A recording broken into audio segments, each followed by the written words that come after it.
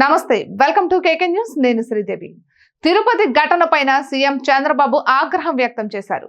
ఘటనపైన ఉన్నత స్థాయి సమీక్ష చేసిన ముఖ్యమంత్రి ఈ ఘటనకు కారణమైన వారిపై వెంటనే కేసులు నమోదు చేయాలని ఆదేశించారు.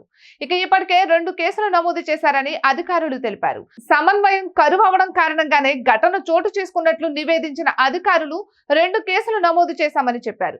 ఈ ఘటనకు బాధ్యులైన అధికారులపై వేటు వేయాలని చంద్రబాబు ఆదేశించారు. తిరుపతికి చేరుకున్న చంద్రబాబు ఘటనా స్థలిని పరిశీలించనున్నారు. అటు తర్వాత హాస్పిటల్లో చికిత్స పొందుతున్న బాధితులను పరామర్శిస్తారు. ఇప్పటికే ఈ ఘటనపై చంద్రబాబు ఉన్నత స్థాయి సమీక్ష నిర్వహించారు. ప్రాథమికంగా ఘటనకు సంబంధించిన సమాచారం అధికారులు సీఎంకు నివేదించారు.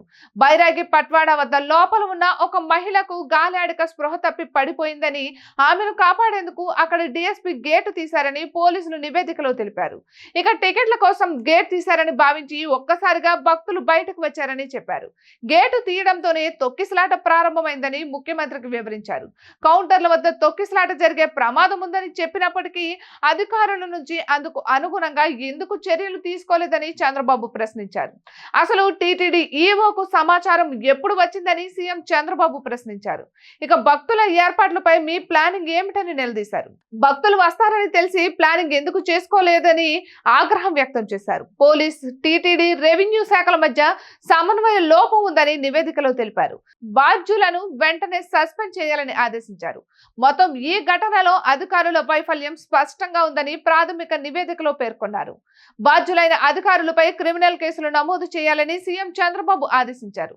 వైకుంఠ ద్వార దర్శనానికి భక్తులు భారీగా వస్తారని తెలిసి ముందుగానే ఎందుకు చర్యలు తీసుకోలేదని ప్రశ్నించారు.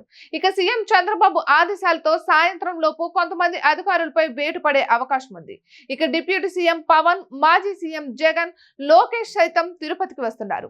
బాధితులను పరామర్శించనున్నారు. ప్రభుత్వం ఎక్స్ గ్రేషియా ప్రకటించింది. కాగా టీటీడీ పైన పెద్ద ఎత్తున విమర్శలు వస్తున్నాయి. దీంతో ఈ సాయంత్రంలోగా టీటీడీ ముఖ్య అధికారిపై చర్యలు తీసుకునే అవకాశం ఉందని సమాచారం. ఇటువంటి మరెన్నో వీడియోస్ కోసం కేకే న్యూస్ తెలుగు ఛానల్ ని సబ్స్క్రైబ్ చేసుకోండి.